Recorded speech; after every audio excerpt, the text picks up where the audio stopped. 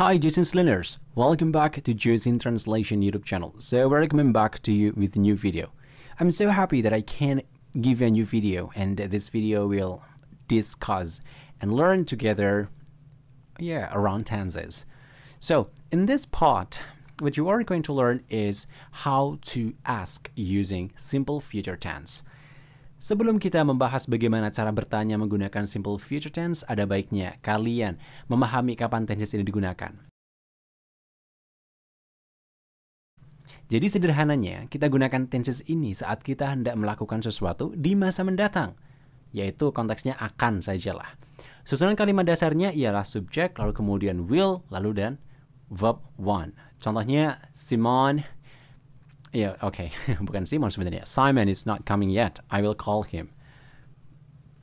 Simon belum datang, aku akan meneleponnya. Jadi aku akan meneleponnya ini adalah kehendak yang akan dilakukan.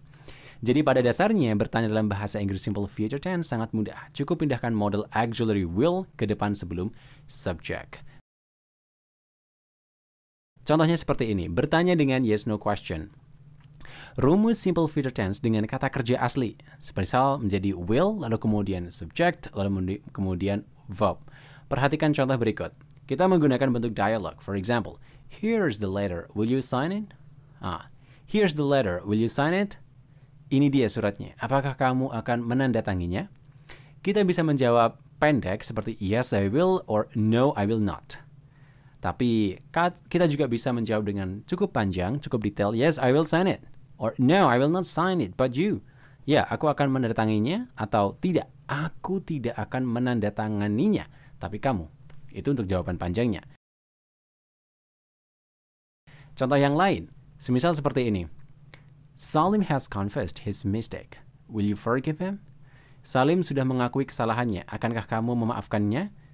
Kita bisa jawab pendek, surely I will, or surely I will not. Dan yang panjang, surely I will forgive him, or surely I will not accept what he has done to me. Tentu saja aku akan memaafkannya, atau tentu saja aku tidak akan memaafkan apa yang sudah dia lakukan padaku. Itu adalah contoh dari bertanya menggunakan simple future tense yang mana ada kata kerja aslinya. Tapi kalau semisal kita tidak menemukan adanya kata kerja asli, rumusnya menjadi seperti ini. Will, lalu kemudian subject, lalu kemudian be, dan noun, adjective, or adverb. Perhatikan contoh berikut. Will Santo be okay? Apakah Santo akan baik-baik saja? Yes, he will. Or no, he will not. Ya atau tidak. Sederhananya seperti itu. Atau, will we be out of there? Akankah kita keluar dari sini? I'm so sorry, Pak Jo, nanti ini dihapus. Will we be out of here? Akankah kita keluar dari sini? Yes, we will. Or no, we will not. Dan yang terakhir di sini, coba perhatikan. Will she be a graduate student? Akankah dia jadi sarjana? Yes, she will. Or no, she will not.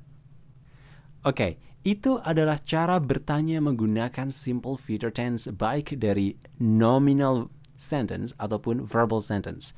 Semoga ini bisa membantu kalian untuk memperkuat kembali, karena menggunakan statement saja tidak cukup. Kita harus terbiasa untuk bertanya pada diri sendiri, menanyai segala bentuk hal menggunakan bahasa Inggris sekarang juga, karena kalau semisal kita tidak terbiasa untuk bertanya, yang ada kita menjadi pasif, dan menjadi pasif akan sulit juga dong untuk mengukur seberapa jauh sih kita kompeten dalam berkomunikasi dengan orang lain, terutama menggunakan bahasa Inggris.